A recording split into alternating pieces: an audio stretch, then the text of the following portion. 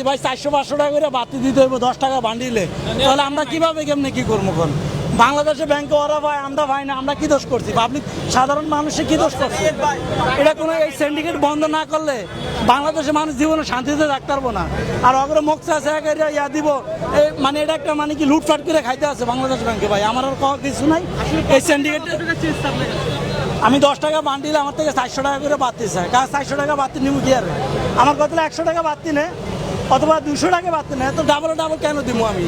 এটা কোনো কথার মধ্যে পড়ে? এত দাম দিয়ে আপনি এখান থেকে না কিনে আপনি ব্যাংক থেকে আনতে পারেন। ব্যাংক থেকে তো দেয় না ভাই, ব্যাংকে আমাদের মতো সাধারণ মানুষ কি ঢুকতে দিব ব্যাংকে? চাইলে তো দিব না ভাই। ব্যাংকে তো আরো দুর্নীতি করে, বাংলাদেশ ব্যাংকে তো আরো দুর্নীতি করে।